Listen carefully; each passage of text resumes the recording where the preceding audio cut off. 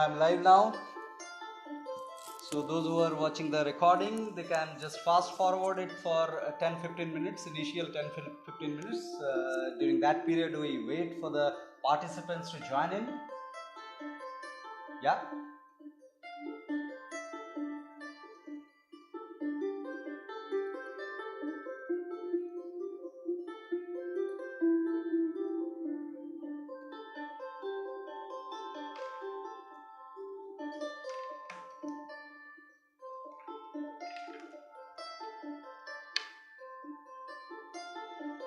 I need to check the audio also a little bit.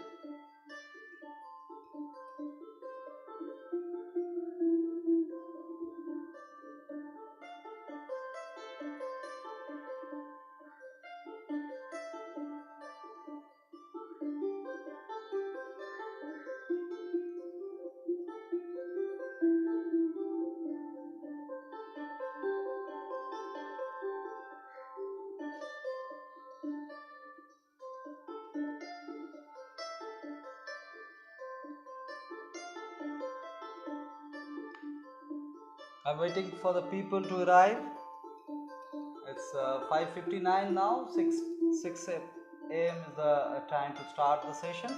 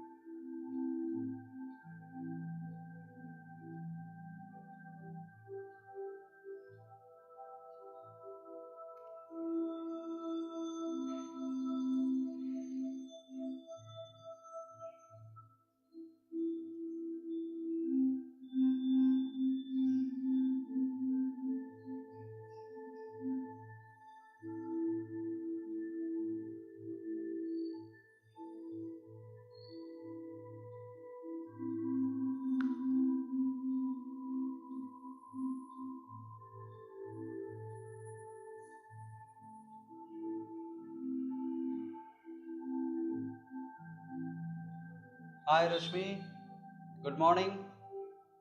Welcome to the session. Just do let me know how the audio quality is today, because we have done some tweaking on the technology part so that the audio is better. So please confirm if it is working properly at your end.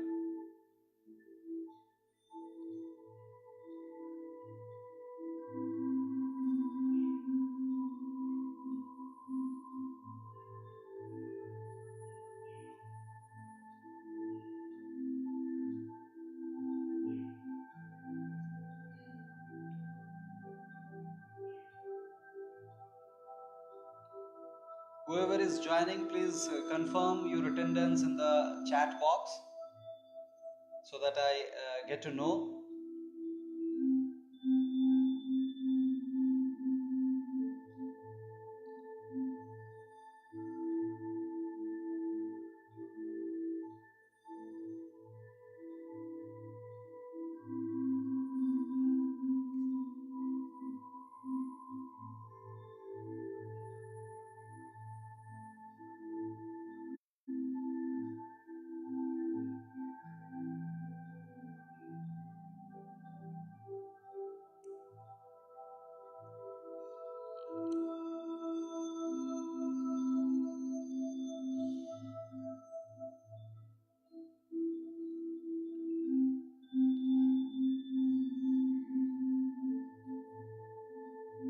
Hi Raki, hi Vidyut. Please confirm the audio quality if it is better than yesterday. We have done some tweaking in the technology part to better the audio quality. Just confirm whether it is working properly or not.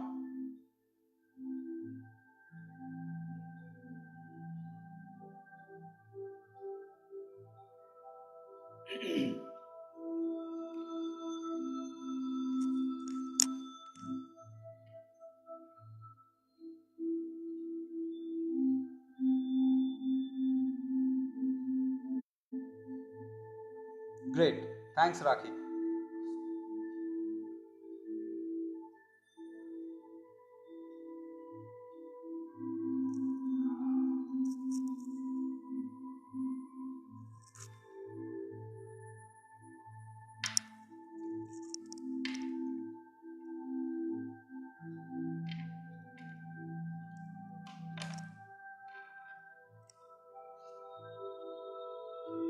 So we shall wait for another 5 minutes and then we'll start as usual.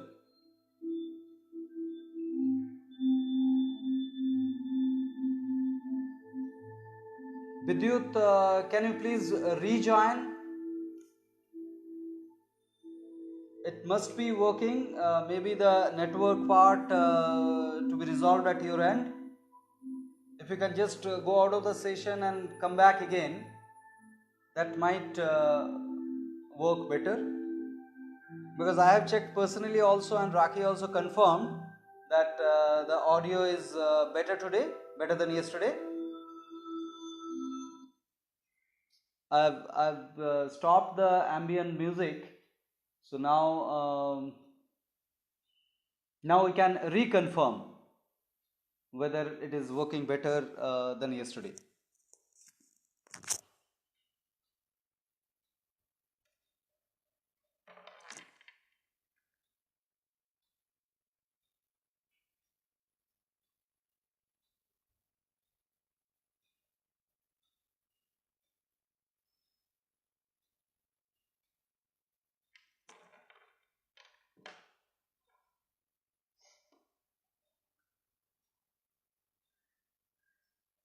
Yeah, Rashmi, thanks for confirming about the sound.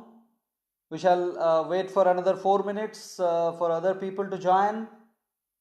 After that, we'll start. As usual, we'll start with 2 minutes of silence. Yeah, Vidyut has joined back. Vidyut, please confirm whether audio is working at your end or not.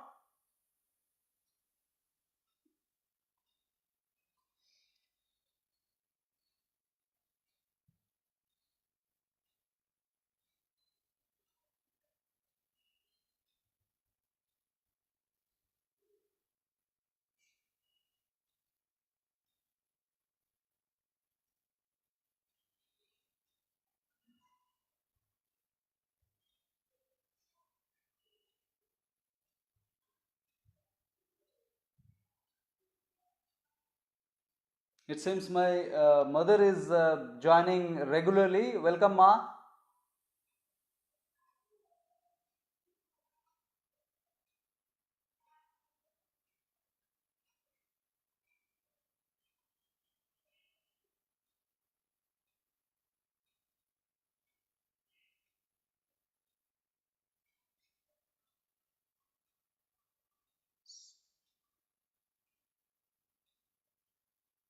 Now it's 6:07. So another 3 minutes to go. Okay, 6:08. Now 2 minutes to go to start the. Yeah, Vidyut. How about the audio? Good morning.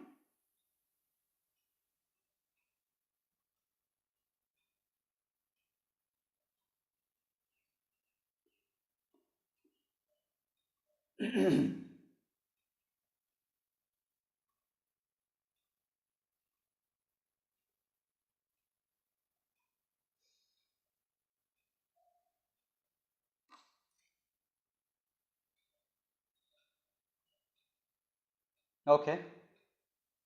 Thank you.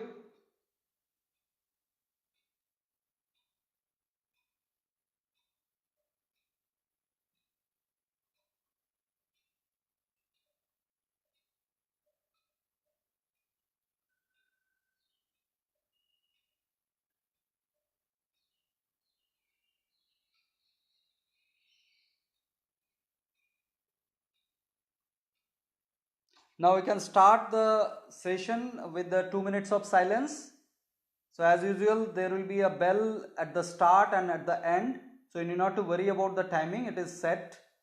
So yeah, let's start the silence.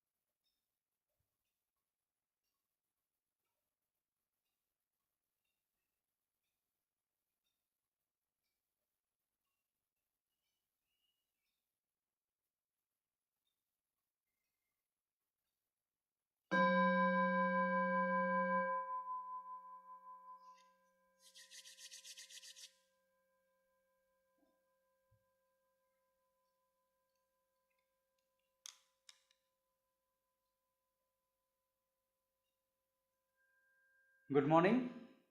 Welcome to the final session of this course. We'll start with a little bit of the revision of yesterday's and day before yesterday's session. So we started with unlearning, then yesterday we tried to understand little bit of the learning part, relearning part of nature cure science, including the stages of diseases, which is the most important part to understand, that how beautifully the body works in favor of us at every point in time. So let's start the recap of yesterday's and day before yesterday's. So we'll start with day before yesterday's. We started with explanation of dialectic materialism. So the foundation of dialectic materialism lies into the question why. So no matter it is done by whom, no matter it is written where, no matter how many people are using what, it is why to do something is the most important. So we'll focus on the why in our life to make it better and make it more dialectic, rational.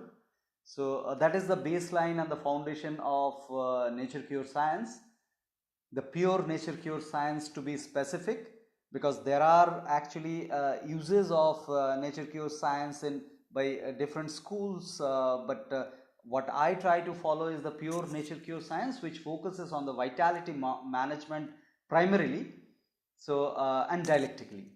So we started with the first question, why disease occurs.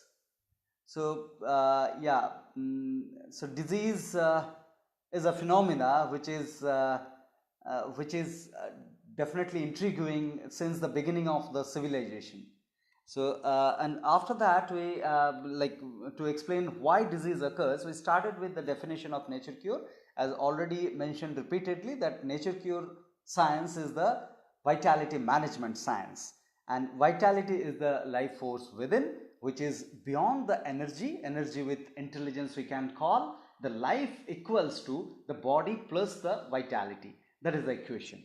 And we started with the first law of thermodynamics, and we drifted to the whiteboard for few moments to explain the first law of thermodynamics. First law of thermodynamics says that in a system, in an isolated system, the energy can neither be created nor be destroyed.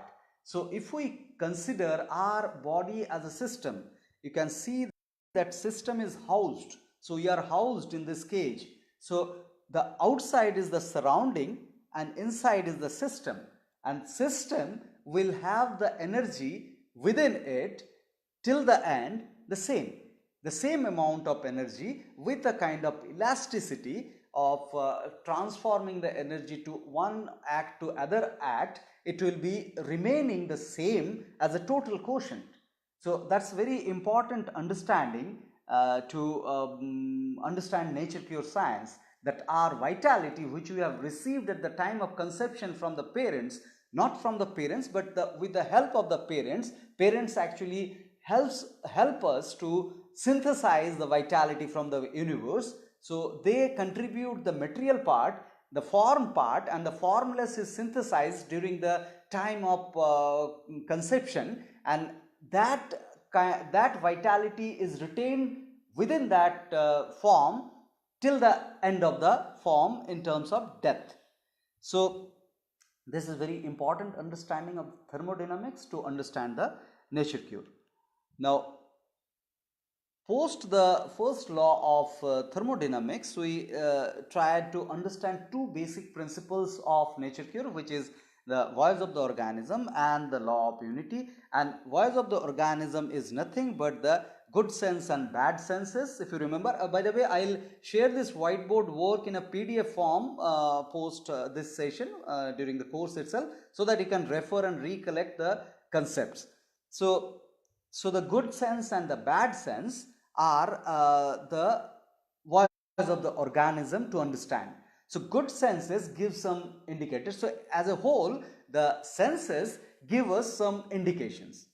The good sense give us the indication for acceptance, to decide the acceptance, and bad sense give us the indication for the rejection. So rejection and the acceptance of the stimulus. So the stimulus means the aspect or the substance which triggers these good senses and the bad senses. So if we have a good sense, we need to go back to the stimulus and find it whether it is a natural stimulus or not. This is a very important part, because the good senses can be created by the artificial stimulus also. The man-made stimulus are also having the capability to trigger some good senses, but which is ignorable because it debilitates your vitality from within. So we'll actually go deeper into this aspect today, how the artificial things debilitates us. Just watch out for the raw story to be explained. Now, if it is a natural stimulus, then we need to accept it. If it is not a natural stimulus, then we need to reject it. We need to be very skeptical about it in this analysis. Now coming to the bad senses. If we experience a bad sense, we need to go back to the stimulus, and irrespective of the fact that whether it is natural or unnatural, we need to reject it. We need to outright reject it. So that rejection is very much important to maintain our vitality. So this is what is the understanding of the voice of the organism, and law of unity is the holistic perception actually. So we do not see the things in isolation, because nothing stays in isolation, to be very frank. So if we talk about our symptoms and the cause of the problem, then the symptom is an isolated part, but the cause is a holistic part. which we'll understand progressively, and we have understood actually progressively that how the cause occurs within us. So the symptomatic attention has to be reduced in this route of nature cure. Symptomatic attention is not a big issue. Symptoms will create some discomforts, that's a fact. We need to sail through it with deeper understanding and assist the body to get rid of the cause. That is the main aspect. So the cause and effect, symptom is the effect. Effect is not that much important, but the cause is main criteria to focus on. So now what is the cause? Now if we keep on defying the law of unity and the voice of the organism, then what happens? The vitality take the tolls. So that means the vitality is consumed in some unplanned manner. Unplanned manner. While talking about this, I gave that example of money. If you have a limited amount of money and with kind of planned task to do with that money, and if you do something unplanned, then you need to curtail the planned task. So that is the understanding of the vitality also, because as we understood that vitality quotient is a fixed amount and we need to manage that well to have optimum health and happiness. So unplanned working means defying the law of unity and the voice of the organism, because these are defined and programmed by the nature to have some ongoing process. Now if we curtail that, if we defy that, then the toll goes on to the vitality, because vitality manages with that situation to survive. Now in that situation, if we keep on doing that, if we do some time, then we come back, those all things has got an elasticity so that we can come to the homeostatic condition. But if we keep on doing the misalignment, then we tend to get innervated. So innervation is a state where the body depletes its vitality beyond a limit, and that limit is unique for every individual. Now that innervated state, what it does, it actually affects the output. If you remember, I explained this input, processing and output aspect. So this can be considered kind of machine, though it is beyond the machine, but for understanding, there is some input, there is some processing, and there are some outputs. So outputs get affected when we get innervated. So the output is the last action of the body which gets affected, because output happens after the processing. Whatever the output may be, for example, the outputs could be stool, output could be urine, output could be sweat, output could be exhaling air, or otherwise also there are output mucus depositions, menstrual flow for the women. So all these output will be affected. So that effect will cause the retention of the toxin, because the outputs are programmed to throw the toxins. So if the toxins are not being thrown, then it is retained by the body, as simple as that. And retention of the toxin will create a state called toxemia.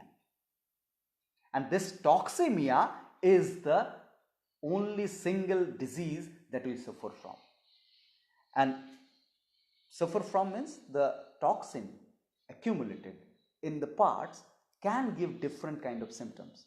So there is no difference between a diabetes and a high blood pressure in terms of nature cure, because it is just difference in the accumulation of the toxin in different parts.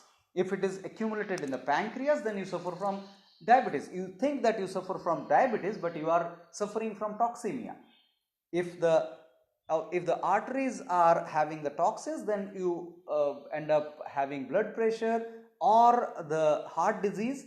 You think that you have heart disease or blood pressure, but actually you are suffering from toxemia. So the list can go on and on.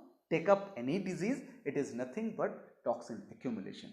Even if it is an infection, we think about, and there were actually discussion about the viral fever and all those aspects.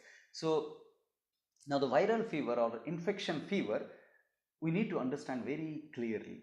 The infection happens when you have toxins within.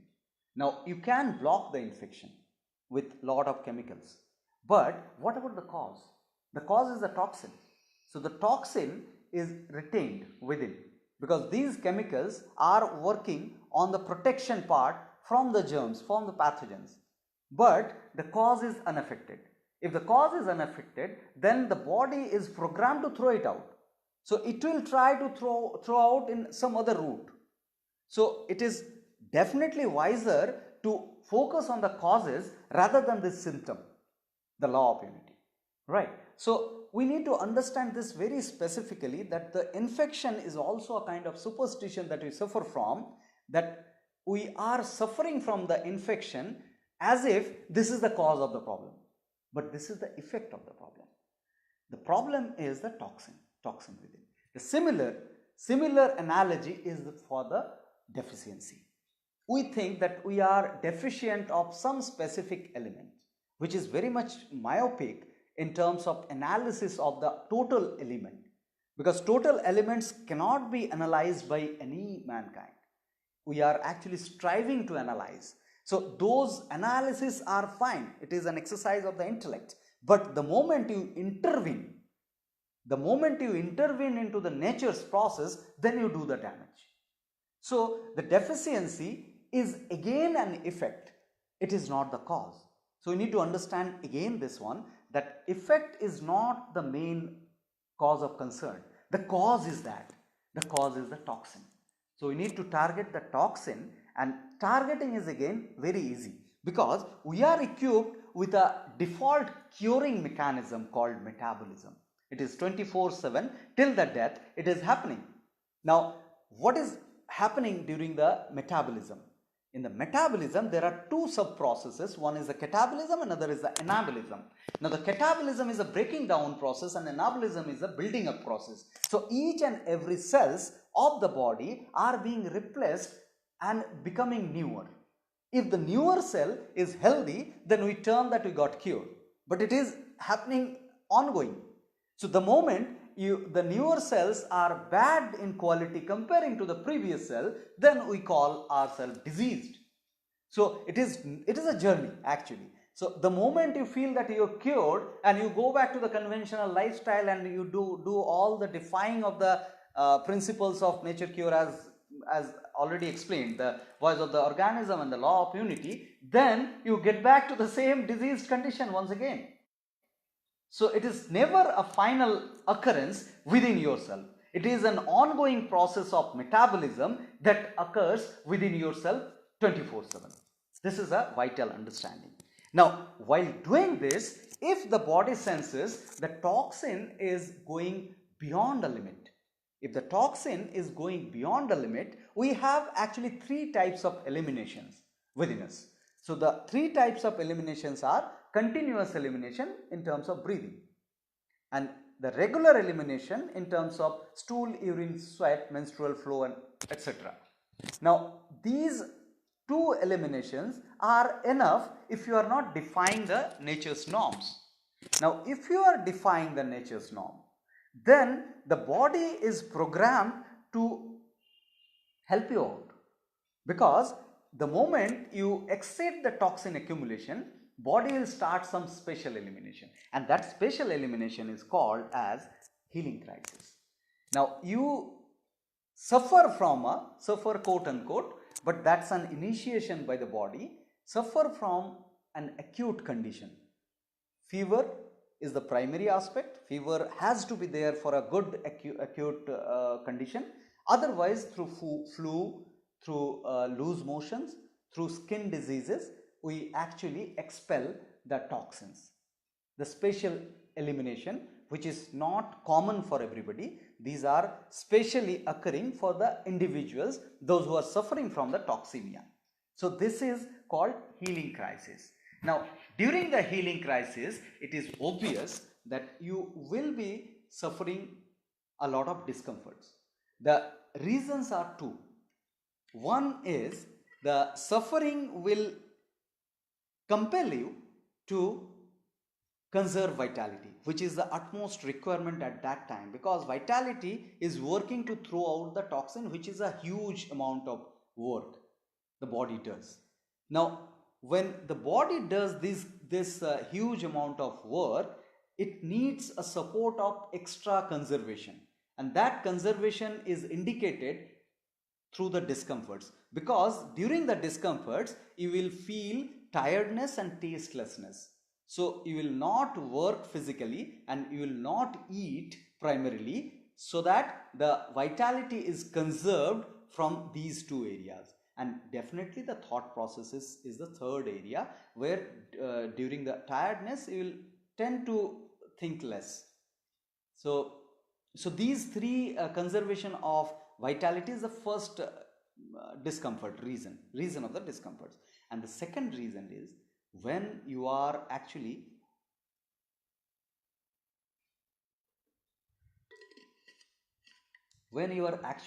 throwing the toxins from your body. The toxins come in contact with your external senses. So we have these 5 external senses which are outward, which has got a lot of sensitivities, starting from the skin to other senses. So the moment the toxins come in contact with the outer senses, the toxin, the nature of toxin is it is irritating. The moment the outer layer comes in the contact of that irritative agent, you will feel discomfort. There is no wonder. If you have flu and the flu is coming out and you feel the burning sensation on all those stuff, it is obvious, because you are throwing the toxins, and toxins are not food, not enjoyable things. So it will be irritative. You need to understand this. Why to suppress that irritation? You need to sail through that. There are non-suppressive management, but which is not very important. The important is the rest. So I'll focus on the rest. You should focus on the rest during that period to sail through, because resting will reduce the amount of discomfort also. And another thing, the psychological aspect, that suffering is an interpretation. The same amount of pain will trigger different amount of suffering in different people. So you need to understand this very clearly that Tulika has joined. Welcome Tulika to the session. So we are proceeding. We are just revising yesterday and day before yesterday's session, then we'll proceed to today's session also. So so the moment we opt suppression for these kind of discomforts, then we lead to the chronification of disease. And this is an important understanding. There are 7 stages of disease, and this black A, B, C, D, E, F, G are the 7 stages of disease. And then the healing crises are these green ovular shapes. So these are actually the indications of the body to take rest and assist the body to conserve the vitality more and more and to expel the toxin. And now the suppression is this red lines. So this graph actually is the x-axis is the time and the y-axis is the vitality spent. Now as you proceed, the vitality spends are going up and you are progressing in the stages of disease, from innervation to toxemia to irritation to inflammation to ulceration to hardening to cancer. So these last 4 stages are actually chronic stages, which will have the healing crisis in between in the reversing order. So on the topic of the reversing order, if you are suffering from these stages, if you identify that, then remember, in the process of reversing your lifestyle, you will experience all these stages one by one in the reverse order. You need to understand that, right? So if you are suffering for let's say example hardening, then it will be softening and there will be chances of ulceration. Then through the ulceration the toxins will be expelled. If you are suffering from the ulceration, then you will suffer from the inflammation. And by the way, this ulceration can be internal, external, both. Don't worry about that. So you need not to think that the skin will rupture and create an ulcer, but this ulceration is a process, and during the ulceration you will have a lot of irritation and all those stuff. So through the ulceration, if you go to the next stage, then you suffer from inflammation, then irritation, then toxemia, and the innervation. So this way you actually proceed with the stages in a reverse order. So then we talked about the acute and chronic diseases. Then vitality ribbon, I gave this example of Sridevi and Richard Overtone. I tried to explain the longevity. Longevity is the unique achievement of the individual. It should not be compared with others. That's the primary aspects. Why? Because there are these three unique attributions, which are genetic, environment, and lifestyle. Under the lifestyle, we have physical, physiological, and psychological. In other words, mechanical, chemical, and mental.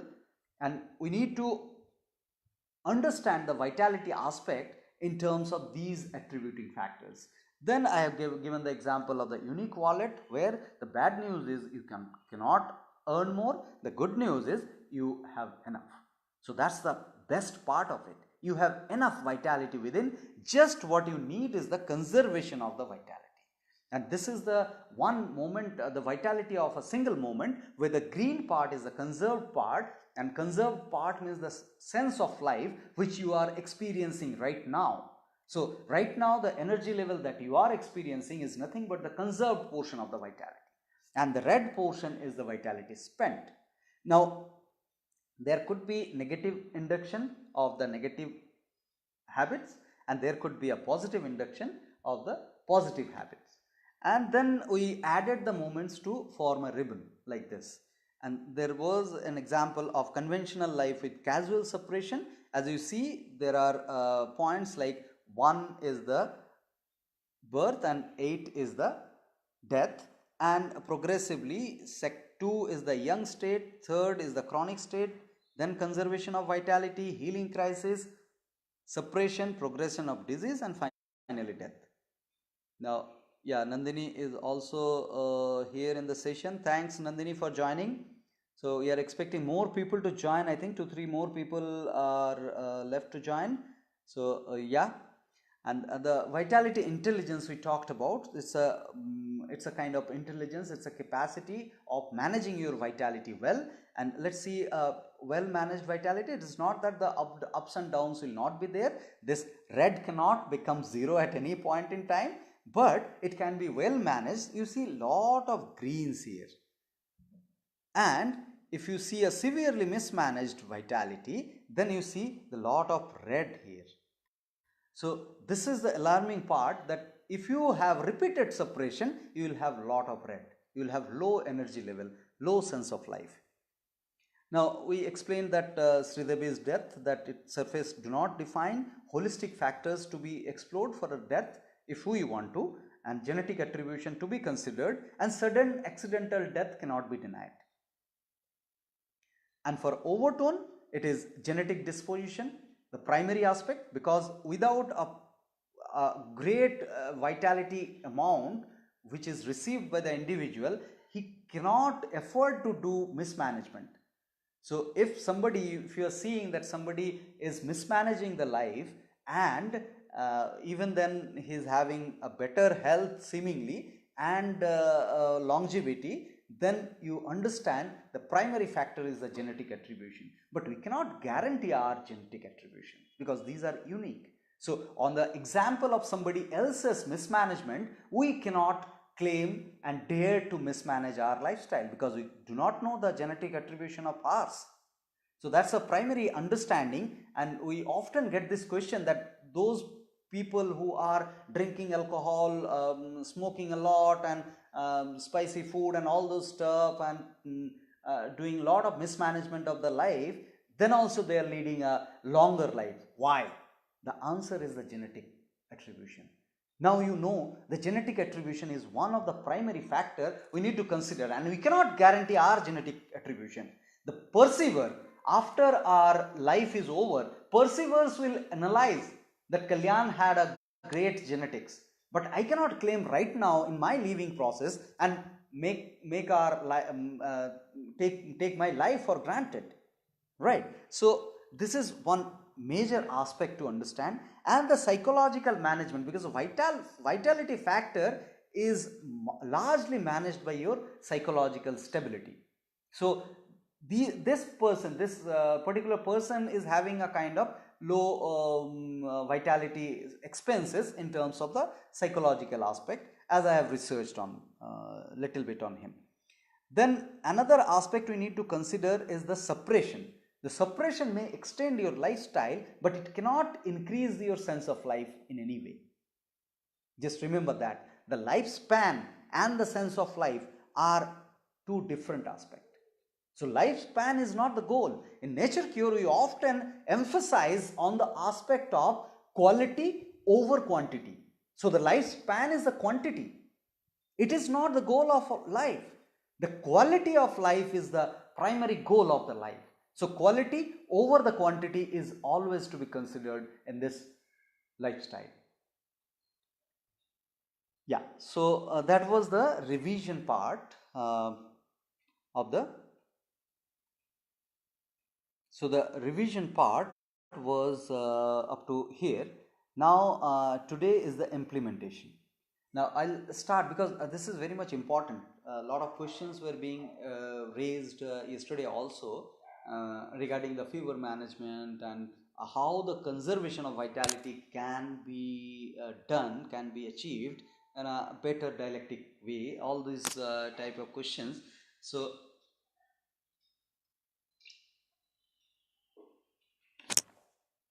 you can actually use a notepad and pen. Anybody is using notepad and pen? I know everything is recorded and you can review it, but I tell you, if you use a notepad and pen, that gives you a better understanding. If you scribble, because we are used to scribble, right? So because this generation at least, the next generation might be forgetting the scribbling. They'll be using only iPad, computers and all those stuff. So but for now we need to scribble it to have a better understanding. So I see like from Rashmi. So it seems Rashmi is using a scribbler. Great, thanks. So now let's look at the factors of right lifestyle. The contents that I have shared already with you are having detailed explanation of these factors. Right. Now these factors, those contents can be viewed by you. So you see that these presentation is having little extra and different kind of approach of the same thing. So the main, thanks Vidyut for confirming that. So the main aspect that we need to understand is that the goal is same. It can be approached in a different way, and different approaches to the same goal will strengthen your understanding because the baseline is same. So the content is little different than this presentation, because this presentation is exclusively made for the weekend course, this like this live course. So just try to correlate the contents with this, because all points are covered in the contents already, and I presume that you all have gone through the contents and attending this course, right? Now the factors of right lifestyle, the factors of right lifestyle are 8 factors. There are total 8 factors, and which needs to be considered to have a better life as a whole, better health and happiness as a whole. So there are 8 factors. 8 factors are categorized into total 3 domains, you know. So let me tell you the 3 domains. Yeah, so the lifestyle factors. So you need to understand that genetic factor is beyond our control, and the environment factor is a community effect. The individual cannot maintain and better the environment unless a community is becoming conscious as a whole. Now, on this aspect, the only and the single aspect which is under our control is a lifestyle factor. And in this lifestyle factors, there are three primary domains: input, action,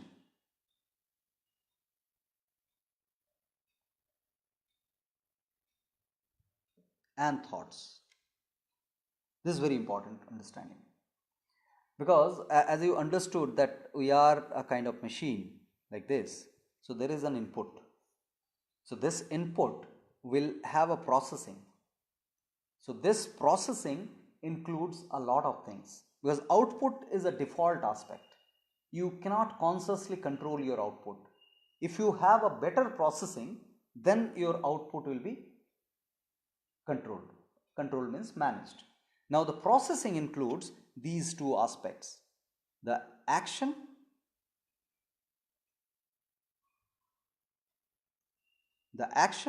and the thoughts. So if your actions are dialectic, if your thoughts are dialectics, then you end up conserving a lot of vitality. So in the input, it's a conscious choice of the inputs primarily.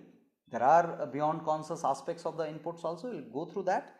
But the conscious aspect of input will help you to have a better action, and other actions non-dependent on the inputs also to be managed in the action level and the thought level. If you conserve a holistic vitality in these all three areas, then you end up having a better health and happiness. This is as simple as that. Now let's dive deeper into the aspects of inputs, actions, these are plurals, in the actions and thoughts. Now under the inputs, we have these four primary inputs. So first three inputs are actually largely beyond conscious inputs. I'll tell you even water, how it can be beyond conscious. So okay, I got a question. Let me take that question so that you'll have an attention shift also. I met someone, Nandini asked, I met someone yesterday who is leading a life of RAW, consuming living foods, no processed foods or medications, etc. She developed a skin whitening condition 10 years back. How do we understand this? Is it environmental reason only? Well, see, we cannot comment blindly on this aspect just hearing this story. There could be genetic, environment and lifestyle both, because first of all, the input aspect is the one aspect out of the three domains, out of which the food is one out of the four, right? And so even the other RAW is also consciously managed. Suppose if I consider that, what about the actions? Because you have not mentioned about the actions and the thought pattern. So it could be a lifestyle factor which is creating some toxemic problem because of the innervation. We need to connect that. Like, see, this is very serious and important understanding. An apple, which is considered as an ideal food, it also can turn out into a toxin after going inside if you do not have proper vitality to assimilate and digest it. So this is very much important aspect. Suppose in the thought process you are consuming a lot of vitality which actually is innervating you, then you do not have much vitality to digest even an apple, and that becomes toxin within you, because it's a natural process. Apple become a toxin if it is not assimilated. So within your system it becomes toxin and it comes out through the skin. Skin pigmentation is nothing but a toxemic condition. So we need to go deeper to understand that aspect. So number one is that lifestyle factor cannot be ignored. We cannot take it as granted that once the individual is managing the input, it is granted. So one has to take the complete approach, the holistic approach. The actions need to be managed. The spinal integrity needs to be managed. I'll come to those all things. And the thought pattern, which is huge. So largely what I see in my consultation is the people are non-dialectic in their thought patterns primarily. Those who are suffering I'm talking about. If you adopt a rational lifestyle, rational thought process, dialectic thought process, then the burden of thoughts will reduce tremendously. And we have a lot of examples of that in our level 2. I think Nandini has done the level 2 also. So in the level 2 we have the meditation session, dialectic meditation inclusion also. So in that we go deeper into the aspects of dialectic thinking. How to opt. This is as simple as that you just need to connect the cause and effect clearly. You should not irrationally connect the cause and effect. For example, we take this example of buying clothes. For example, buying clothes is a goal, suppose. It's a common goal for different people. Now, one person buying the clothes to impress somebody. One person buying the clothes to look good. One person buying the clothes to take part in fashion competition, to win an award. And another person is buying a cloth for protection of the body in the climatic condition. There is no rocket science to understand, needed to understand that the last person is the most rational person, because she connects the cause and effect clearly with the shortest distance. And while executing the action, which is buying the cloth, can be executed very relaxedly, in a relaxed mood, because the objective is to just protect your body from the climatic condition. If you take the example of looking good, there is no end of it. Which color and which shade of the color and which design of the cloth, all these aspects will bother you and will bombard a lot of thoughts within you. So those are kind of irrational route of connecting the cause and effect. If you consider that buying clothes is objective and you connect it with the shortest distance of cause and effect, then you remain poised during the process. But otherwise, take all the examples, it will narrow down to the same aspects of bombardment of lot of thoughts. So this is a basic understanding of dialectic thinking. So yeah, Nandini, so you must check the thoughts, and also you must check the environment effects, because I know a few of the participants of my previous courses, they are shifting the place of stay because of the health issues. Even if they are having a better lifestyle in terms of all input, action and thoughts, they are not able to manage with the pollution. So they are still under the consultation that whether that pollution also can be managed, because it is not affordable for everybody to shift the place of stay. So whatever is our control is the lifestyle, that can be done a lot of things. Then even that, if some discomfort is arriving, why to suppress that? Body will take care of it, right? Now let's come back to the topic that inputs, radiation, air and water are the primary aspect, and then the food intake. So these four aspects are the inputs. Now if we have input, dialectic inputs, now I will come to the dialectic inputs. This is very important understanding. What we should eat and why should we eat.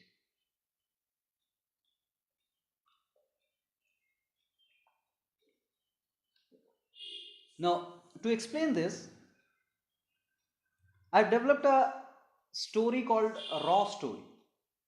This is not a rocket science, this is understandable, this is not a new information that I am passing to you. This is just a processed information and designed in a certain way. You will be able to understand this very easily.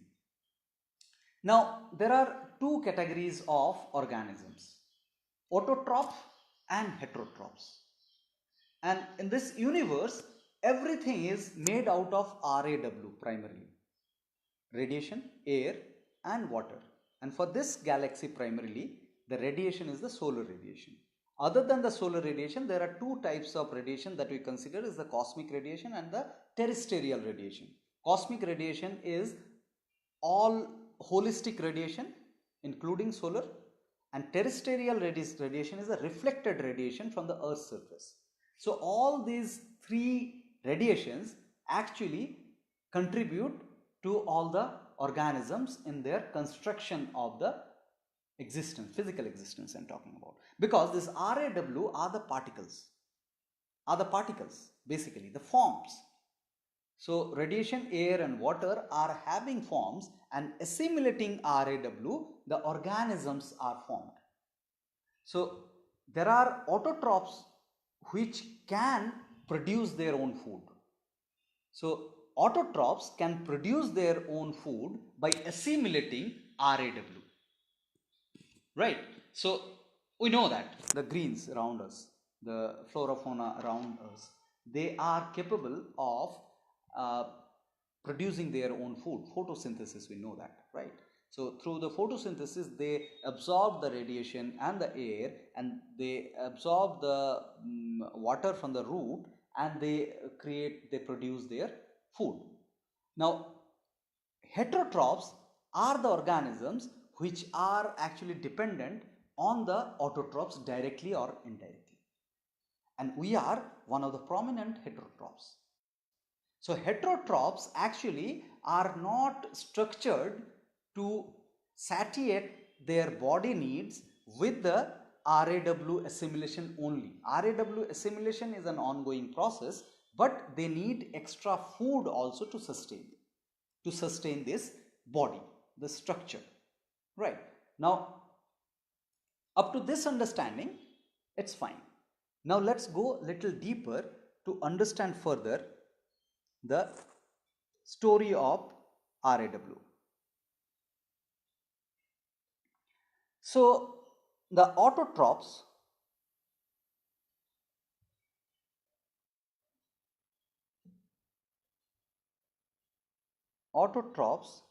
what it does, it actually assimilates RAW. So integrates. So we'll learn some integration and disintegration, right? So yeah, mathematics has explained these theories, but we'll implement in the living process, and we'll be able to understand that also. So the primary integration is done by the autotrophs. Now suppose this RAW, the integrated RAW is a mango. Now this mango is consumed by us. So we peel the skin, we throw the seed, and we eat the flesh. That is a common thing. And because skin is for the protection of the flesh inside, and seed is for the next population. Now normally we don't consume the skin and the seed. Now after consuming, what happens? We actually disintegrate it. So when we disintegrate it, then disintegration is nothing but the catabolic process. So catabolic process, anything is breaking down, anything is broken down is nothing but the catabolic process. Now with that catabolic process, we disintegrate the consumed mango, and post that we actually anabolize the disintegrated, because after disintegrating, what we do, we take the qualities of RAW, because RAW is the primary foundation of our body structure, of our existence, right? Now this disintegration will get us that RAW qualities. Now with that qualities, so no matter whether it is a mango or an apple or a grape, it will be disintegrated into its original form to get integrated or reintegrated into the body cells of the body, the cells of the body, right? Now this reintegration is the anabolic process that we perform. So this is the catabolic and anabolic combination metabolic process, and the integration is done by the autotrophs by assimilating RAW. So this is clear cut 1, 2 and 3. It's a 3-step process. Now the moment you take this 3-step process, you build your body cells. As simple as that, right? Now let's take another example. You have that mango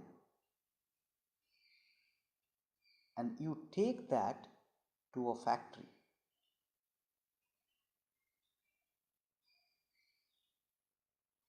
In the factory they actually, so the mango is actually the integrated form.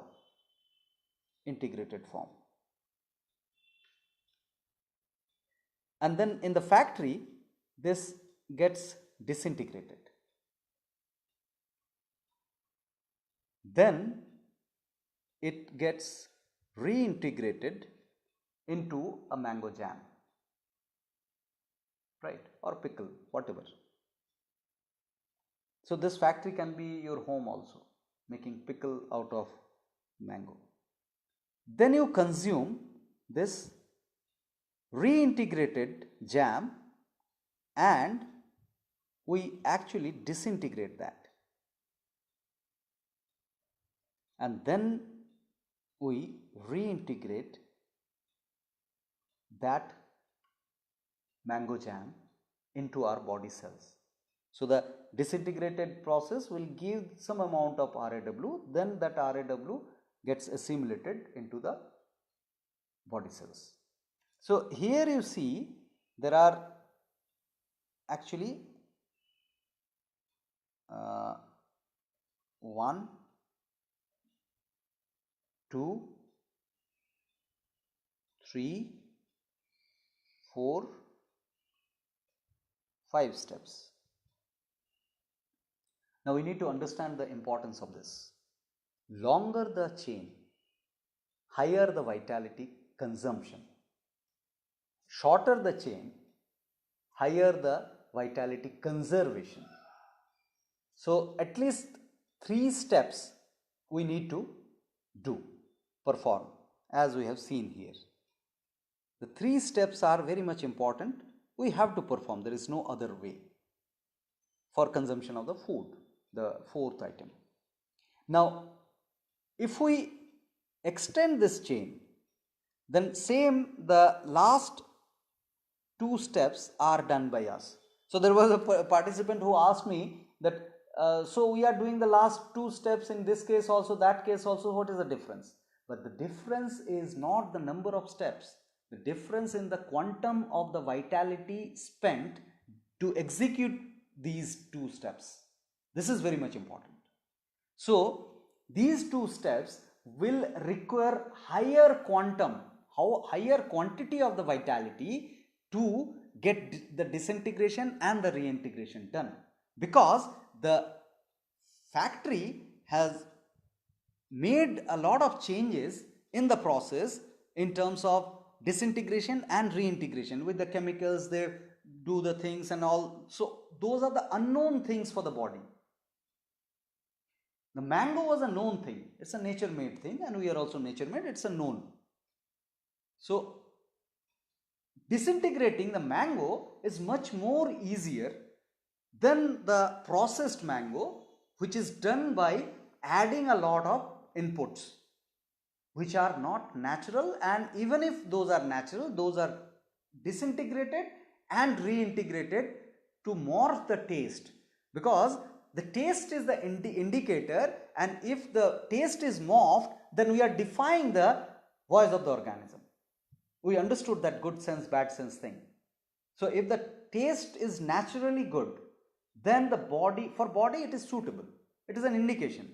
Yes, this plug can be put. So here the taste is morphed, and that morphed taste is disintegrated because inside the body it is unknown. It will make a lot of effort to break it down and then reintegrate it. So are you understanding the gravity of the problem here? Now let's take another example of chicken.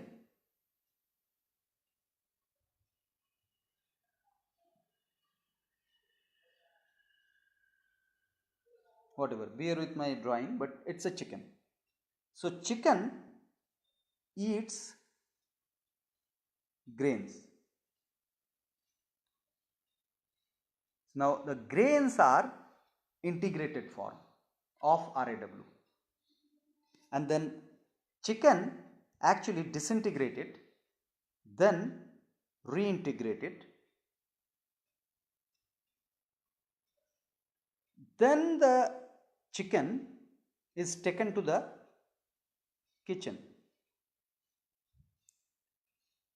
and in the kitchen we disintegrate it, and then we reintegrate it by mixing spices and all to make it tasty, because chicken cannot be consumed in a raw form in any way. So if somebody is exceptionally consuming raw chicken, it's some kind of misalignment with the nature has been undergone within that person. Now that reintegrated chicken curry, or whatever you give the name, is disintegrated within you under the catabolic action. Then that disintegrated chicken is reintegrated into your body cells. Now let's count the steps. 1, 2, 3, 4, 5, 6, 7. So there are 7 steps involved in this process, making the input complicated. If the input becomes complicated, then the vitality needed to disintegrate and reintegrate will be much higher. So this understanding is the dialectic understanding of the food. So we need to take the conscious consideration of increasing raw input into our food. There will be a lot of questions of the pesticides and all this stuff. Those are facts. We have managements for that. Definitely cooking cannot be a resort or solution of the pesticides, because those are the chemicals. Cooking will make the chemicals complicated more. So before cooking, the pesticides can be dealt. Ideally, the natural farming. Nandini is a natural farmer, and we have more participants who are natural farmers. So that is the final solution, obviously, but the solution cannot be processing or cooking to start with. So increase the raw input as much as possible. That is very primary understanding, you know. So one what I have observed, I have used this keynote presentation itself for writing this raw story. Though raw story is having is there in my YouTube channel also, the link I have shared yesterday. So you can go through that raw story. So this whiteboard work I will not be able to share, because this will be vanishing after I proceed for the presentation, right? Though in this video it will be saved, and I will be adding to the YouTube channel as well. Yesterday I have shared 2 recordings in the YouTube channel as well, because this the group, Facebook group, will not exist after the course is over, but the Facebook this thing YouTube channel will be existing for revision purpose, right? Yeah, so Nandini says increase raw seasonal input. So she emphasized the seasonal input. Absolutely right. So seasonal input means we need to go deeper to understand that the nature has some meaning to produce certain substances during different season. So those seasonal fruits are actually perfect for that season to maintain our health. So there is a meaning behind all these things. Though in absence of raw seasonal thing, you can go out of season little bit, but the taste should be good enough. The natural taste should be enjoyable. If you are not enjoying it, it is not good for you, mind it. Right, Rashmi says, but if I eat raw salad in the evening, it doesn't suit me. So Rashmi, it's a specific condition that can be explored, because these kind of things happen at the beginning, because what you have taken in the afternoon, that depends, that suiting, how do you feel it, that if you are feeling gas inside after eating raw, which is normally which happens normally, but that is primarily because of the reaction of the raw with the cooked food. So never mix the cooked and raw, just so you know. We take salad with the cooked food, salad we eat, then cooked food. Don't do that. Give a gap of at least 40 minutes, ideally 1 hour after you consume the raw, and never consume raw after the cooked, because in your food pipe the raw will come later than the cooked, and cooked takes a lot of time for the assimilation, digestion and assimilation. So by that time the raw is at the top of your food pipe, and inside the stomach the cooked food is occupied, and that is being processed. This will be fermenting at the top, because it is not getting digested properly, being at the top of the cooked food, and you will feel gases and all those. So the culprit is not the raw, the culprit is the cooked food which has been eaten and not digested. So this is very elementary understanding of eating, in which order we should eat, right? So now let's proceed further with the next domain, action. This is very important. After the RAW and food, the 4 factors. So apart from the input of food we have explained in the raw story that you need to increase the raw input, but apart from that you need to consider the RAW factor also, because we have the capability to assimilate that directly also. So as much as the solar radiation as possible you should take to your skin. So you should be doing the sun basking regularly for half an hour to 1 hour, ideally during the dawn, during the sunrise, when the sun is soothing. It should not irritate, because understand we are here to take the radiation, not the heat here. So the heat will irritate your skin. The moment it irritates, go back to the shade, and the soothing sun can be taken up to an hour, and as less clothes as possible you should put. You can arrange, there are actually a lot of things coming up also, that you can arrange a cage kind of things in your rooftop, and you can have, in our alumni group there was a discussion recently. So those things can be taken care of, but those are the technical things. But the primary aspect is your skin or your surface area of the body should be exposed to the sun as much as possible to have a better impact of radiation.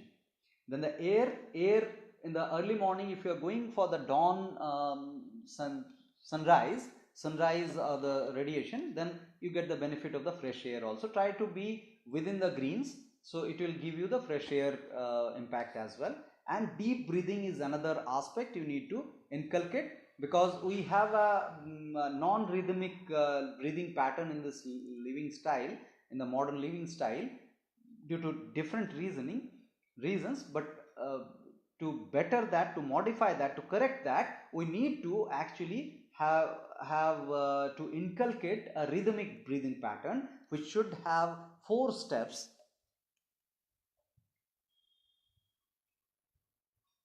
So a breathing will have 4 steps, you know.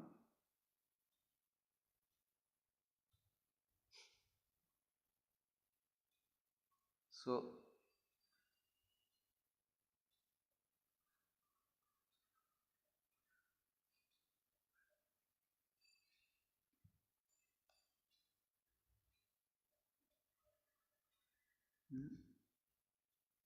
some problem.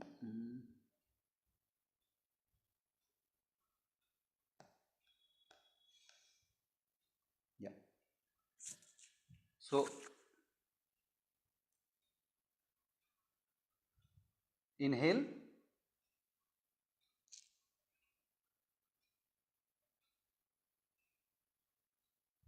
hold,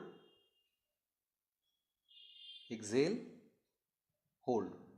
So this is a rhythmic breathing pattern where these all 4 steps should have equal intervals.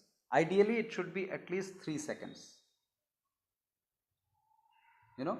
So 3 plus 3 plus 3 is the 12 seconds for one cycle of breathing, and in 1 minute it should be 5 cycles. 5 12s are 60, right?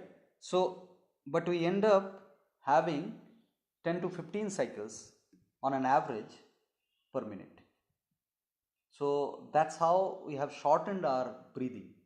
So deep breathing is very much needed, but remember, doing the pranayams in haste, try not to jerk yourself, because jerking is a non-violent process of breathing. So don't give jerks to your breathing. It should be smooth, non-violent breathing. So the violent breathing with the jerk should be avoided. Yeah, I get a question from Tulika. I get a lot of continuous sneezing when I get up in the morning. Why is it happening irrespective of seasons? Also, I have observed that sneezing happens when I take coconut water or lime juice, empty stomach. Tulika, you have mucus inside. Sneezing, coughing actually is caused by the mucus. So those are good actions by the body to actually unblock your windpipes. So you need to actually continue your conservation of vitality. Those are the good habits that you are saying that. Yeah, I'll show Rashmi. I'll show the breathing. So so Tulika, so coconut water is not harmful. It's a primary raw kind of food, and you should enjoy the coconut water to be specific. So don't worry about the sneezing. It will reduce remarkably going forward, but you need to continue the conservation of vitality. Sneezing is a good action by the body. Yesterday I have explained the coughing pattern. So sneezing is also quite quick pattern of clearing your windpipe nasal area. So so primarily the nasal area is the aspects of sneezing clearance. So yeah, Rashmi, the breathing is absolutely rhythmic. Breathing is, you may opt not to count the timings like 3 seconds or 4 seconds. So 3 to 7 seconds you can have one step. So you need to inhale, your stomach should come out inhaling, then hold for some time, equal time, then empty your stomach completely. So the diaphragm should come out, you know. The stomach is not the right word, but the diaphragm should come out. Your lungs should be filled with air in the inhalation, then hold equal time, then exhale, then hold equal time. So first holding is needed for the processing of the air that has been input, because blood will take the better the good part of the air and the bad part will be transferred by the blood to the lungs, and then lungs will expel it, and after expelling, the bad air will be near the nostrils. It should go away. To give time, you need to hold after exhaling also, then you again inhale. So inhale, hold, exhale, hold. So I'll just illustrate once as you requested.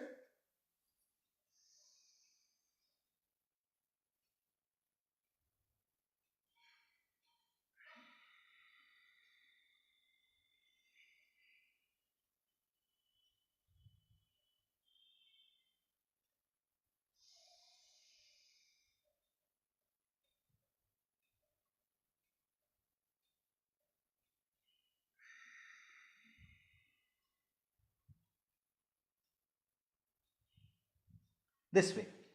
Hope it's clear. Now let's go to the next domain.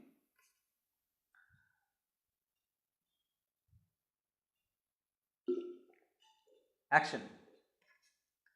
Actions are three types: circulatory support, spine care, and rest and sleep. So the circulatory support is the circulation which is happening within us get actually disturbed due to the toxins within. Well, let me include some. I think you would not mind to extend the session little bit, because this is very much important, as I have committed that I will introduce the physics of vitality little bit. And the physics of vitality includes these aspects: the density, the speed, and the heat. When you are toxemic, your blood is toxemic primarily, because blood flows within the body always. Now, the salt water and water, which is denser? Salt water, right? So the toxemic blood will be denser. So toxemic blood will be denser because the toxin inputs are more, right? Now this toxic input D equals to m upon V, the mass upon the volume. So here the mass is increased. When the mass is increased, the speed will decrease with the mass. Yes or no? Yes? So the mass, if the mass is increased, the speed will be decreasing. So if the speed is increasing, then the mass is decreasing and density is also decreasing, right? So if the density is decreasing, then you are coming out of the toxemic region. So the density management is the primary aspect of the nature cure lifestyle, you know. So the input is the density management,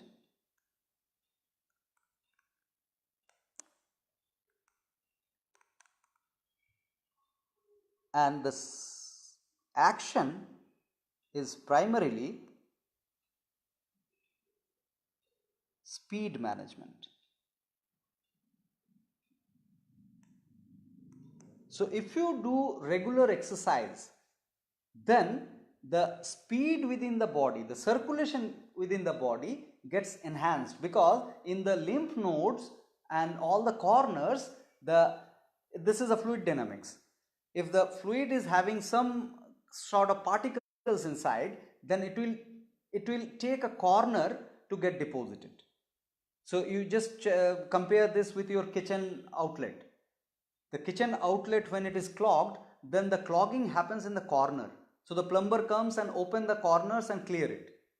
So the same happens within our body. The cloggings are there in the corners.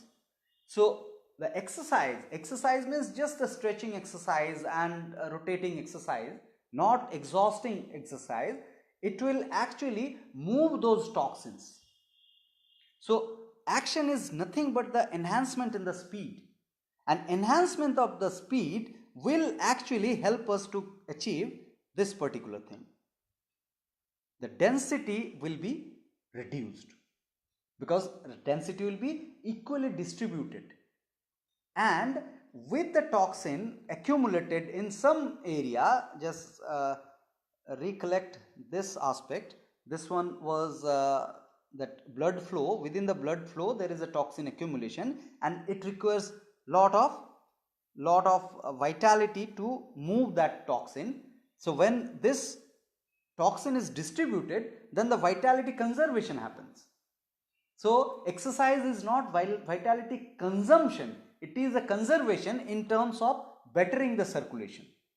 So, and it has got a tremendous effect on the toxemia because the density factor is managed. So you understand the importance of speed. So in the input we manage the density, in the action we manage the speed. So circulatory support means regular exercise or the active lifestyle, physically active lifestyle. You should be physically active always because we are meant to be active. Then the spine care is another major aspect to understand, that the spine is the most important accessible part of the body. So the most important unarguably is our brain, but brain is not accessible as far as the circulatory support is concerned because it is shelled with a default helmet. The skull is so strong we do not have access to the brain to massage, right? So next is the spine, through which the body is completely connected. So the spine is the most important accessible part. You can note it down, the most important accessible part of the body. So we need to take care of the spine very well, and the spine is the central axis of the body. Understand the physics. So it is the central axis of the body. We need to give proper balance both the sides. If we give improper balance, then the whole circulatory process gets disturbed. So we need to employ conscious care of spine. So whenever we are doing some exercise, we should do in both the sides of the body in a balance. So this is very important understanding about the spinal integrity. Then comes the rest and sleep. Rest and sleep is the rejuvenating process where your metabolism is not stopped, but your physical aspect and psychological aspects are stopped. So conscious working is stopped, you become paralyzed bodily, and your thought process is stopped, expected to be stopped. Your physiological actions go smooth and with a optimum vitality. So all the problems get sorted out during the sleep and rest. So that's very much important, and we are actually destined to sleep. We get the indication of sleeping in a normal healthy life. So we'll come to that little deeper. Now the most critical, the eighth factor is the mind. The mind is the most important aspect of the existence. And see, basically nature cure lifestyle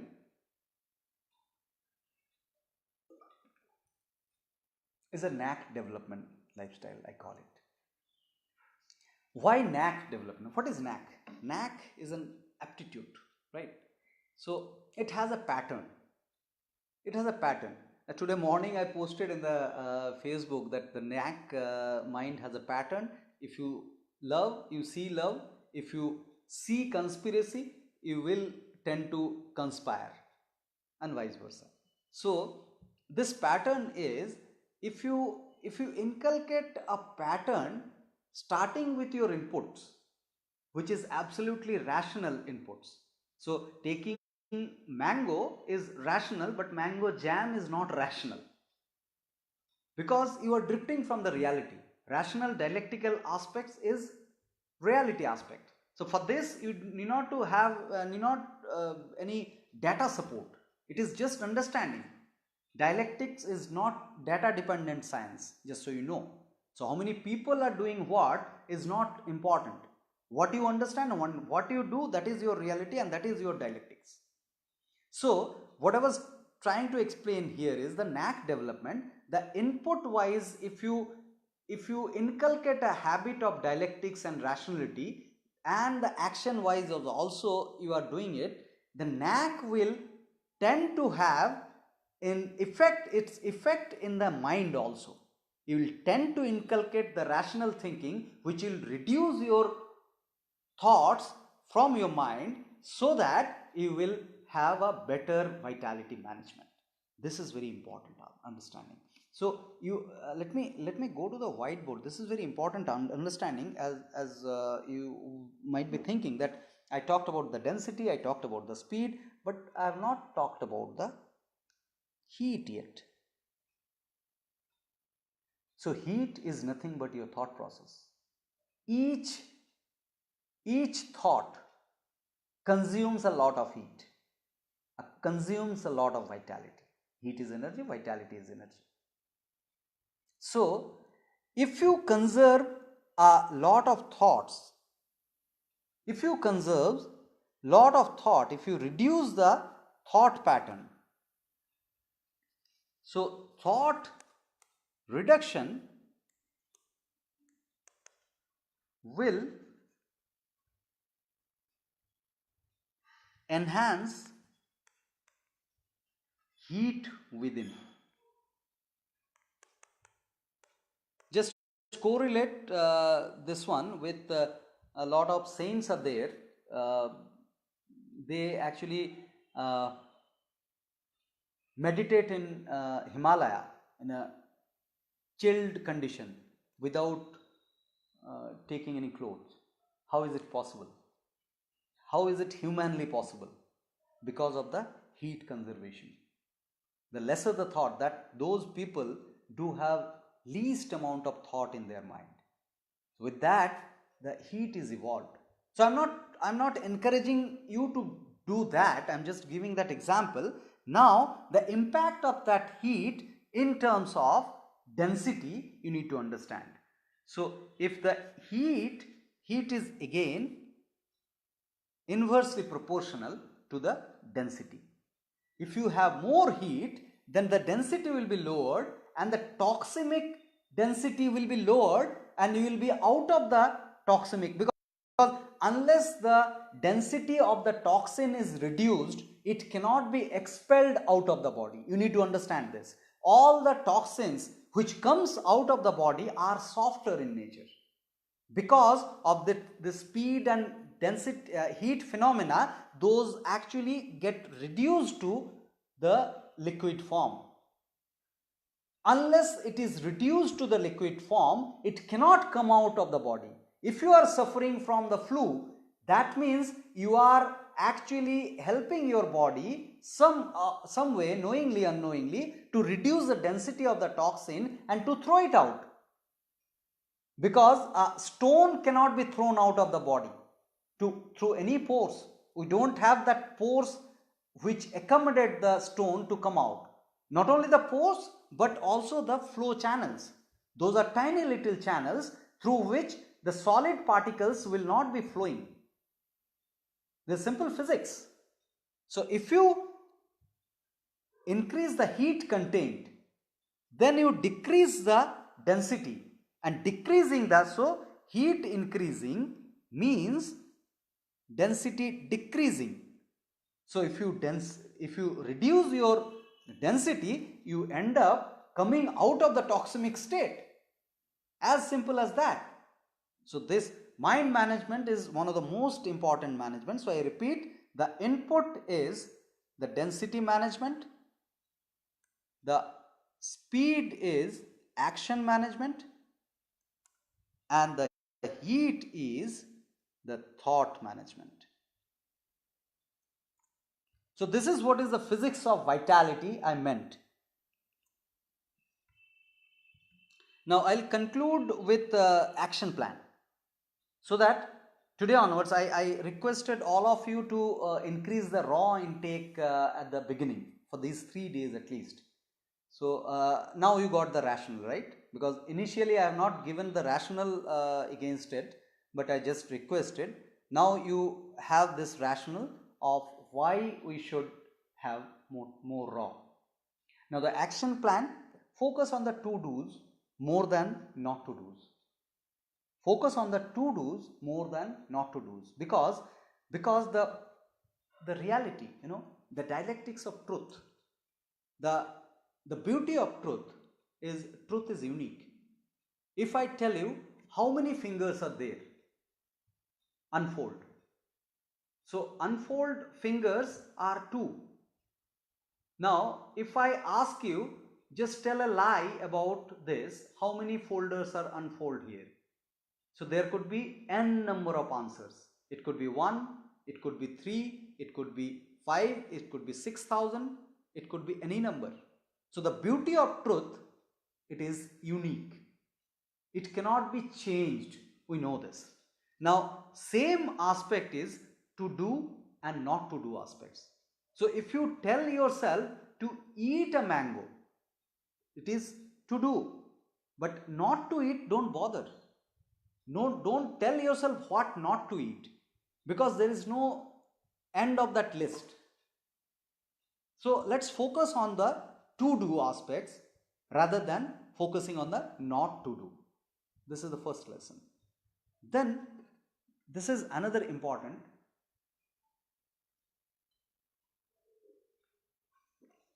Monitor your voice of the organism, because gradually you will be sensitizing your senses. I tell you, before adopting nature cure lifestyle, I used to consume chili and I was okay with it. I did not feel irritated after a certain time, because since childhood I am eating it and I am enjoying it, so called. Now as progressively I have reduced the input of chili, I see a tremendous increase in the sensitization. Now the other day I went for a party where everybody was enjoying the curry that is being served and I was in tears. So I was very happy to sense that, because I could resensitize my senses, because we are programmed to react that way to the chili. So you need to monitor your voice of the organism, whether you are becoming sensitive to these or not. Sensitiveness will be beneficial for you to go ahead for all the senses. So voice of the organism, not the outer senses only, but your eating pattern, but your sleeping pattern and your digestion pattern and your stool passing, the quality of the stools, the pattern of the stool passing phenomena. So all these things are to be monitored. It's better if you can track it, if you can maintain a diary.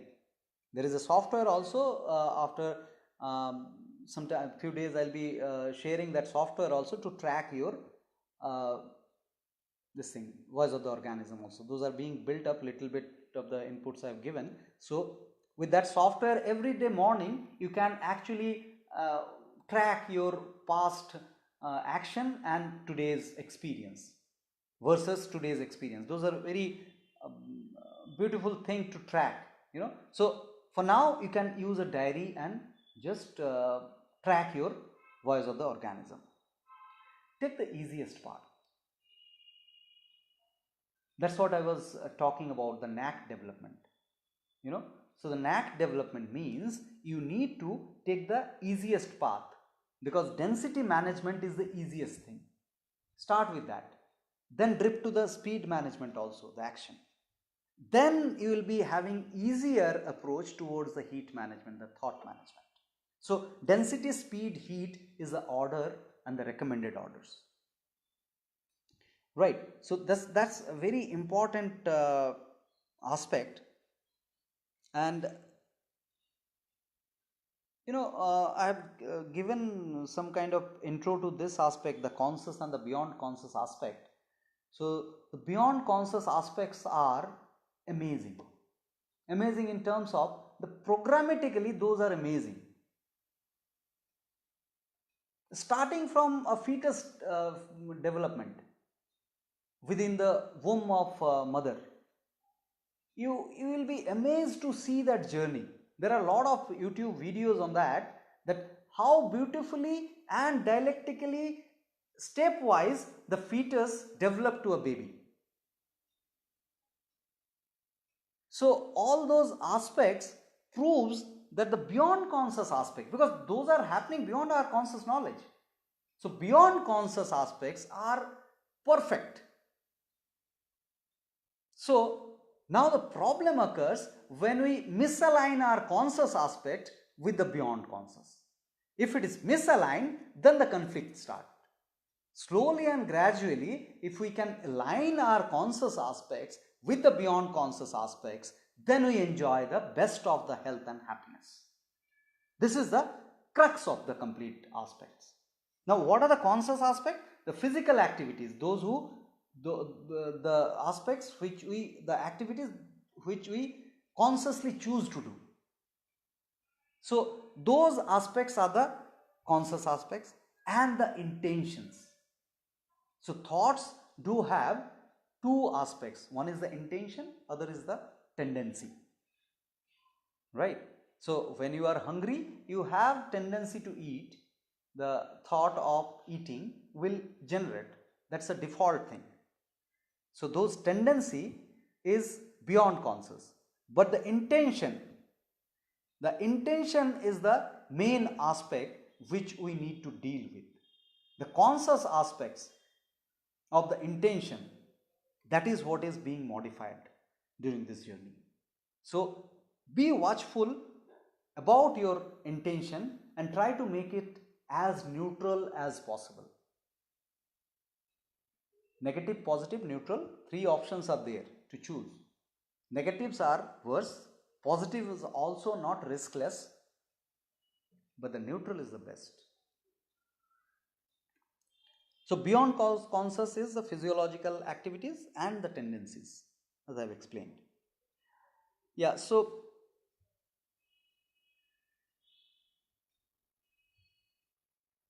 with this actually I'll share some recommendation of the eating.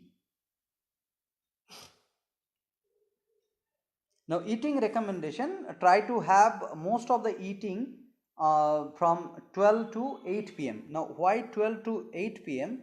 Let me share this circadian cycle also. The concept of circadian cycle in the notes also you have got this, but let me give you some prelude to this. See, 12 noon, so this 24 hours is distributed into 3 8 hours pi. So 12 noon to 8 p.m. is considered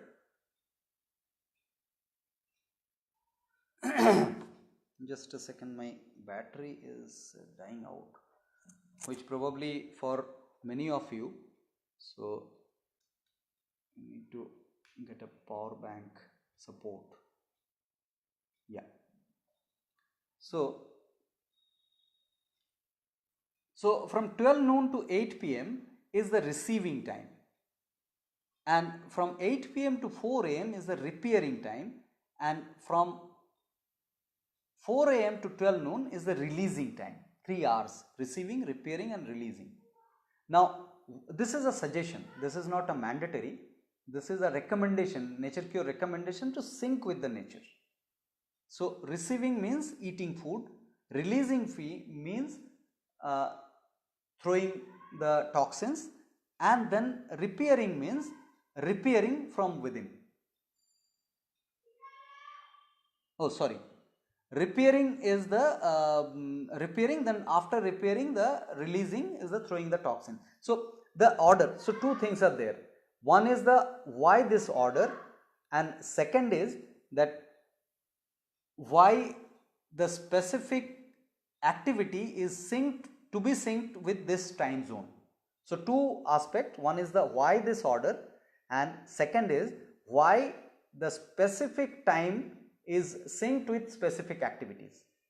So first of all, the order is, just look at a construction site. There the raw materials come, then the repairing happens, then the throwing of the waste material, the garbages, those are falling down, so those are cleared. So this is the order. Other than this order, this cannot happen. The same thing, you need to receive it, you need to repair it, then you need to throw the garbage. So this order has to be there for sure. Now why to sync in this timelines? Now 12 noon to 8 p.m. is the highest light and temperature, natural light and temperature. So with that, you need to actually, when the natural ambient light and temperature is highest, that time the body needs least vitality to manage its body temperature, because the body temperature is 37 degrees centigrade.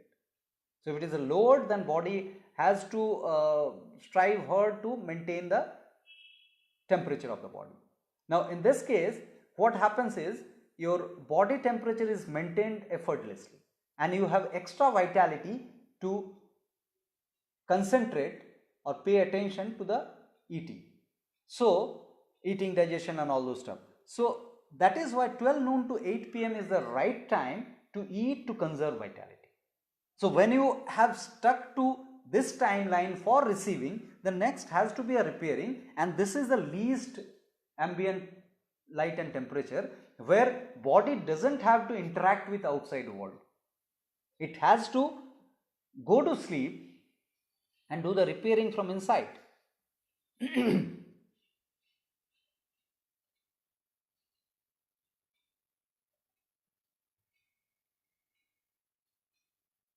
Yeah, Tulika asked, do you drink normal water while doing the presentation? Am I teacher, so I need lectures for more than an hour at a stretch, and I feel exhausted sometime immediately after the class and take another class and becomes consistent. Yeah, this is normal water only. And conserving vitality, if you go deeper into the subject, then your vitality will be conserved. And it is always the newer task, the teaching job is such a beautiful job. You get new faces in front of you every time. Though I am imagining faces in front of me right now, but it is always a new task. The topic may be the old topic, the common topic, but to explain to the new audience is always a fun. So and this water is normal, obviously. Yeah. So coming back to this, so the repairing is done during the least ambient temperature and light, and post repairing the body has to actually eliminate. You need to give time before again putting inputs body to eliminate completely and heat up the body little bit, then start eating. So this is very important understanding. So coming back to the eating recommendation, supply management is very important. Just throw out all the packaged food from your home. If you don't manage your supply, then you tend to eat it when you are hungry. And when you are hungry, whatever you are eating, your beyond conscious will take that as the true friend. So during hunger, you should eat fruits only. After satiating the initial hunger, you may choose to have something else, but during hunger, during peak hunger, this is very important understanding to manage your habits. The habits is a beyond conscious activity and it is deep rooted. That is why we are not able to come out of it. We need to decondition it. We need to understand this. Sorry.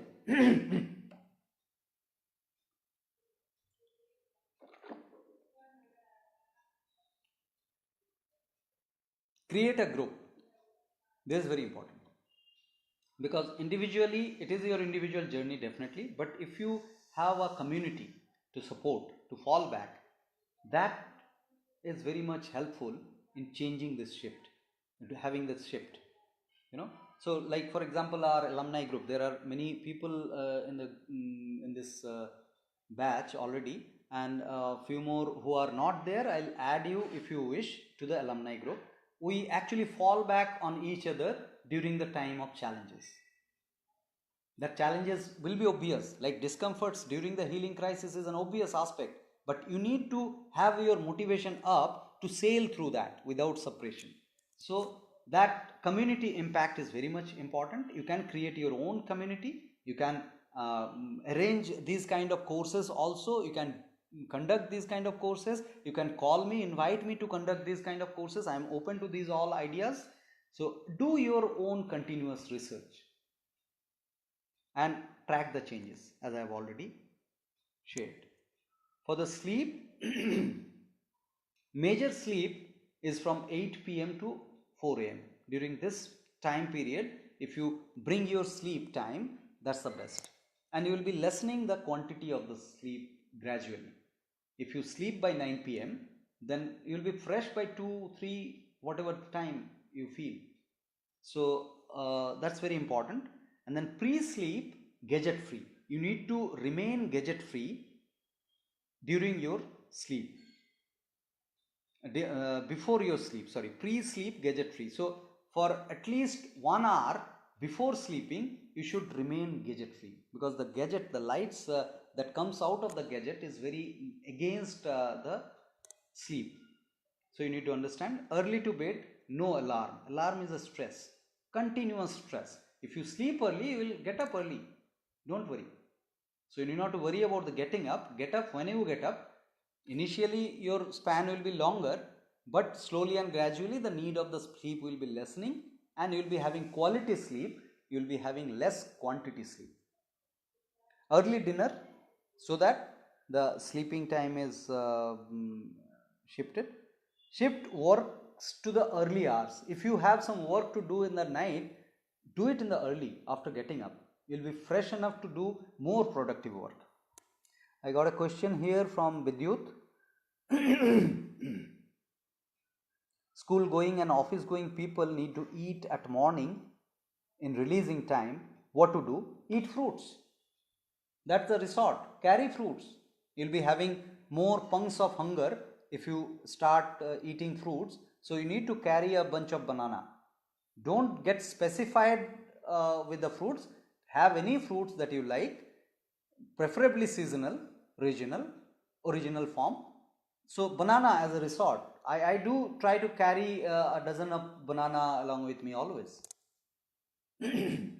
Initially though definitely, but slowly and gradually those punks will be reduced. So as per the work recommendation, major work should be from 4 a.m. to 12 noon. Rational, be mindful, be active and poised, bring innovation. The creative engagement is very much important to bring rationality in the life. So try to have a hobby, creative hobby in your life, so that you will relish that, you know. So in this last note, I'll share some thoughts for you. You know, see, our primary attractions in the life are these three things: food, sex, and trance. You know, these are we are equipped to get attracted towards these three things. In the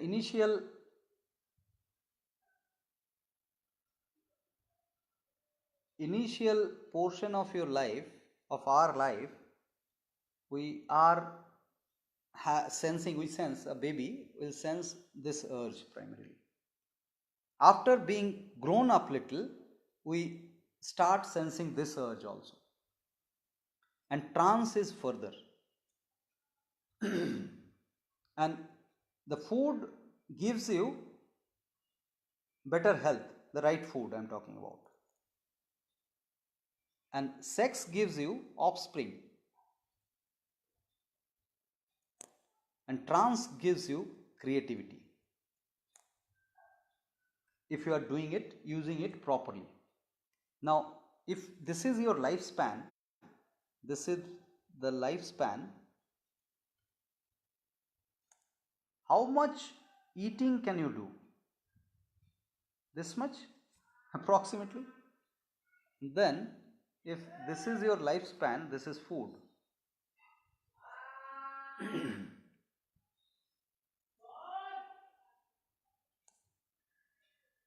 How much sex can you have? Up to this?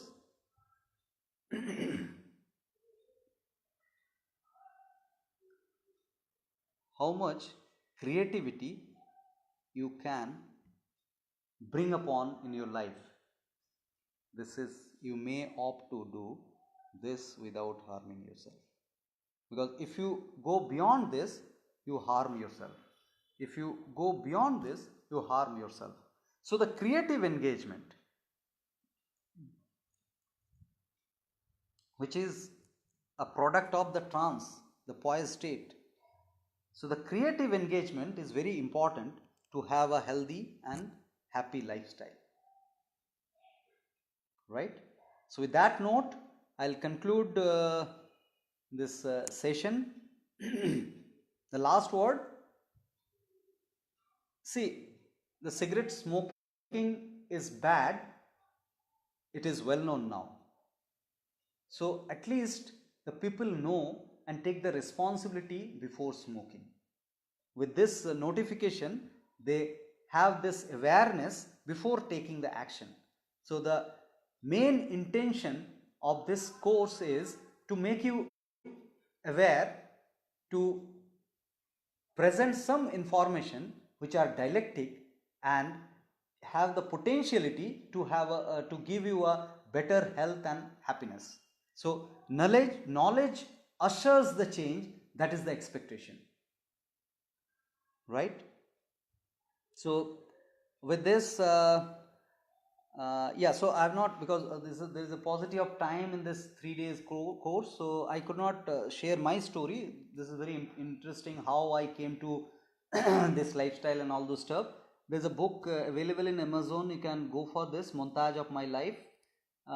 This is I've captured a small portion of my life, of this transformation. And I have been largely trained by Kevin Hinton. Hinton is no more, but he is a nature cure practitioner. He was a nature cure practitioner from Australia. He is the founder of International Institute of Nature Cure Studies.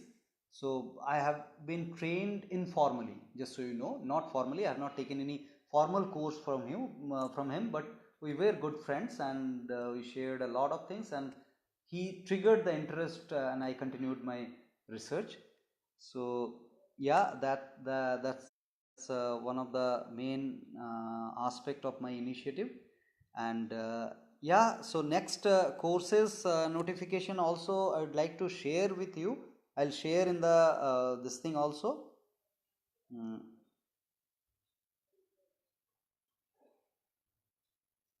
Yeah, so there is an upcoming camp from 17 to 23rd November in Pollachi, Coimbatore. It's a 7 days camp. It's amazing experience, I guarantee you. So you can opt to join this. I'll share this particular leaflet in the WhatsApp group also. You can just click on this link, akarma.life/health. So you can actually join that. Okay, and this is post-paid gift economy that we follow. So you need not to pay anything, unlike this course. You had to pay to join this course, because I wanted to confirm the seriousness of the participation. Now today I'll be sharing a feedback form in which you can claim your refund also, and you can opt to revise your fees also, upward, downward, anyway. So I'm open to accept money, but money is not the mandatory criteria of this initiative. Definitely money is needed for the life, we know it. So I'm okay with your decision of my pricing. So the similar thing we opt here in the camp also. There we encourage people to join without paying, because you are already investing your time and effort to reach there. Then post the course, on the last day you can evaluate and pay. So that's the pattern of the fees that we follow. And there is another course, the similar weekend course is coming by end of this October, so you can recommend that to your friends and family, because this is very much important aspect of life. If the people are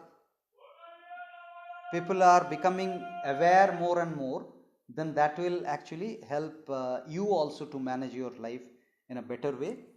So with that, I'll conclude today's session. Let's start a better life now onwards. So we'll have a 2 minutes of silence to conclude. Thank you.